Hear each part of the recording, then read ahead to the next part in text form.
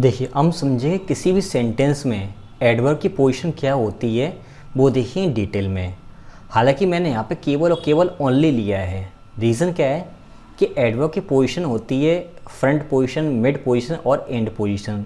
ये वाली वीडियोस में आपको पहले ही बेसिक के लेक्चर में बहुत ही डिटेल में दे चुका हूँ।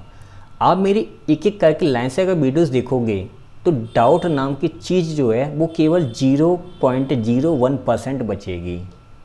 अगर नहीं देखे सारे वीडियोस, देखो टाइम तो लगेगा देखने में, ये बात मैं खुद जानता हूँ। जब मैं अपना चैनल एक बार देखता हूँ और देखता हूँ इतने सारे वीडियोस इकट्ठे हो गए हैं, हालांकि मजबूरी देने के लिए, क्योंकि वो कॉन्सेप्ट ही क्लियर नहीं होगा अगर नहीं दूंगा मैं।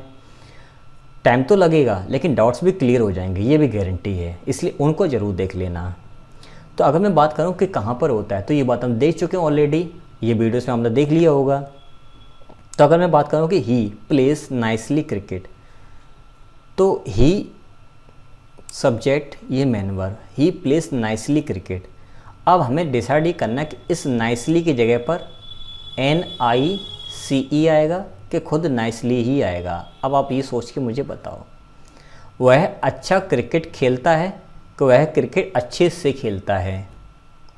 तो आप कहोगे सर यहाँ पे क्रिकेट खेलने का जो तरीका है वो अच्छा होगा, क्योंकि क्रिकेट तो कॉमन होता है, खेलने का तरीका अच्छा और बुरा होता है। इसका मतलब ये वर्ब के लिए आया हुआ है। ठीक है, करेक्ट सेंटेंस है। He speaks well Hindi.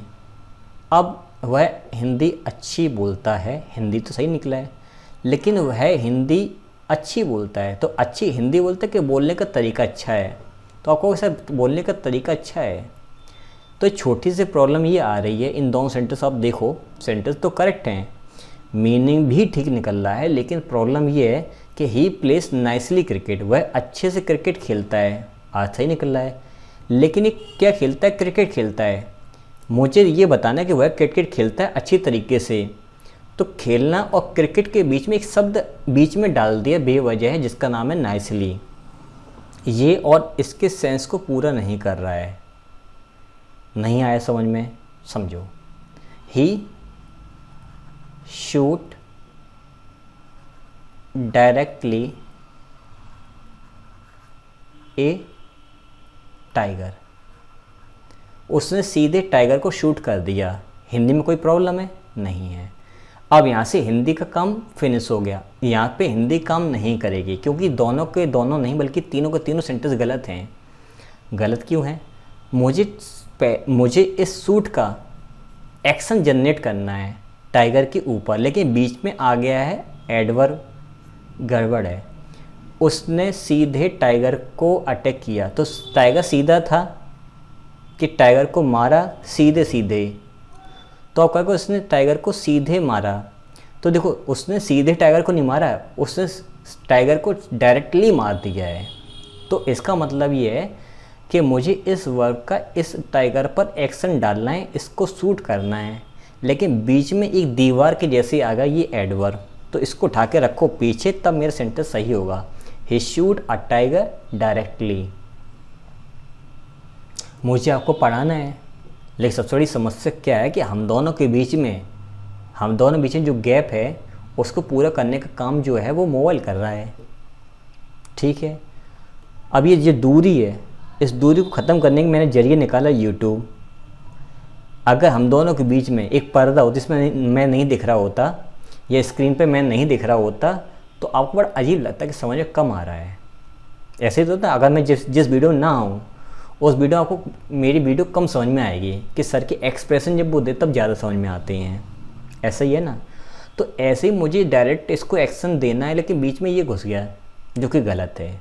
ऐसे ही क्रिकेट अच्छा क्रिकेट नहीं है, क्रिकेट अच्छी तरह से खेला है, तो मुझे पहले खिलवाना है, पहले तो मुझे खेलना है क्रिकेट, फिर बताना कैसे खेला। तो उसको उठा के रखो पीछे।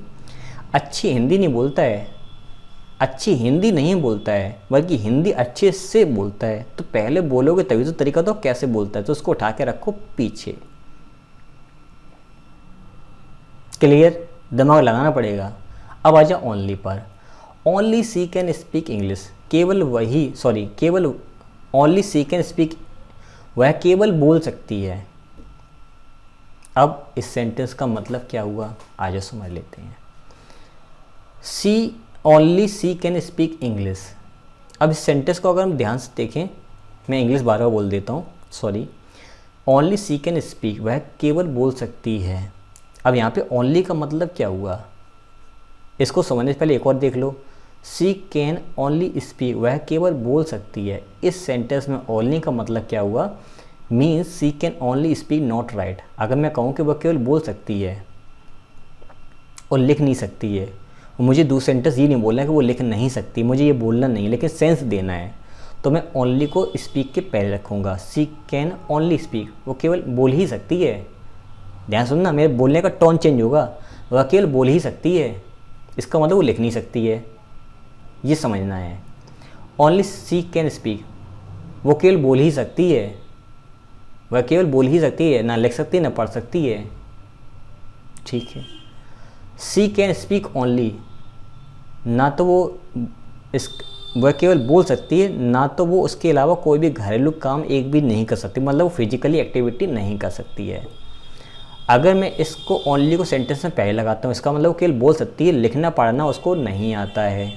सी can speak, she can only speak, वो केवल बोल ही सकती है, इसका मतलब वो लिख नहीं सकती है। ऊपर वाले का मतलब क्या हुआ कि केवल वही बोल सकती है, एक तो मतलब ये भी हुआ। Only she can speak, class पूरी थी, बोल कोई नहीं रहा था, तो लड़के ने कहा सर केवल वही बोल सकती है और क्लास में कोई नहीं बोल पाता है। इसका मतलब लोग तो काफ़ी सारे हैं, लेकिन बोलने का काम वो लड़की ही कर पाती है। इस वाले सेंटेंस का मतलब एग्जैक्टली यही मतलब हुआ है। सी कैन ओनली स्पीक, उसका मतलब वो बोल सकती है लेकिन लिख नहीं सकती है। और लास्ट में लगाया, इसका मतलब क्या है, वो केवल बोल ही पाती है लेकिन फिजिकल एक्टिविटी कोई भी नहीं कर पाती है। अगर बात समझ में आई है तो ओनली से देखो कितने सारे मतलब चेंज हुए। अब ओनली की मिस्टेक एग्ज़ाम में कैसी आती है और हम लोग गलतियाँ कैसे करते हैं वो भी देख लो। He only died 2 days ago, Hindi इसकी हुई वो केवल 2 दिन पहले मरा है, वो केवल 2 दिन पहले ही मरा है। तो आज तो पूरा सही निकला है। अब जरा इसका ओनली पोजीशन देख कर के सेंस निकालते हैं। आई मैंने लिख दिया है, ही करो, अगर मैं ही चला जाऊँगा तो दिक्कत हो जाएगी। ही ओनली डाइड, वह केवल मरा ही है 2 दिन पहले, वो केवल मरा ही है 2 दिन पहले, और कुछ नहीं उसके साथ में हुआ है। क्या वो केवल मरा ही है? नहीं, ये केवल शब्द जो वो डाई के लिए नहीं बल्कि दिन के लिए सेंस दे रहा है। केवल 2 दिन पहले ही मरा है। बात आई समझ में? अब अगर मैं डाइट के पहले लगा दे, इसका मतलब वो केवल मरा ही है 2 दिन पहले और कुछ नहीं उसके साथ में हुआ है। बात आई समझ में? तो यहाँ पर ओनली जो था वो गलत जगह रखा था, इसको रखेंगे यहाँ पर। मेरे ख्याल से आपको एडवर्ब की पोजीशन कहाँ पे होनी चाहिए, कैसे होनी चाहिए, वो भी आपने देख लिया है। और बेसिकली इसके कितने गलत मीनिंग निकल सकते हैं, इसके कितने सही मीनिंग निकल सकते हैं, वो भी हमें ध्यान देना है। एग्ज़ाम में मिस्टेक कैसे कैसे बन सकते हैं हमने वो भी देख लिया है। इन बातों को आप ऑब्ज़र्व कीजिए, हर एक वीडियो को देखिए। मैं ये बात बार बार क्यों बोलता हूँ, रीज़न ये है कि अधूरा ज्ञान लेकर के अगर आप मुझसे कुछ पूछते हो और मैं नहीं रिप्लाई करता हूँ तो मुझे ये मालूम होता है कि आपने मेरे लेक्चर्स नहीं देखे हैं। आप ये चाहते हो कि बस वो लेक्चर देख लिए, मेरे हज़ारों डाउट क्लियर मतलब क्रिएट हो गए हैं, अब मुझे मिल गई आज़ादी, अब मैं पूछूंगा ढेर सारे, तो मैं रिप्लाई कहाँ तक करूँ मुझे ये बता दो। तो वो पॉसिबल नहीं है। सारे वीडियोस देखिए, जब पूरा कोर्स फिनिश हो जाएगा मैं खुद डाउट्स लूँगा, सारे डाउट्स एक एक करके मांगूंगा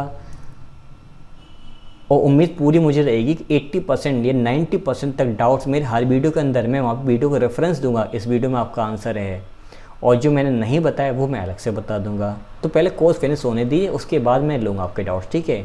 और अगर ये कोर्स पूरा फिनिश हो चुका है तो आप जाना, डाउट वाला वीडियो अगर पड़ा होगा तो उसको देख लेना, वहाँ पे आपको मिल जाएगा क्या कैसे कैसे करना है। हम देखते हैं एडवर्ब के वर्ड्स कैसे फंक्शन करते हैं, उनका करेक्ट यूज़ क्या है।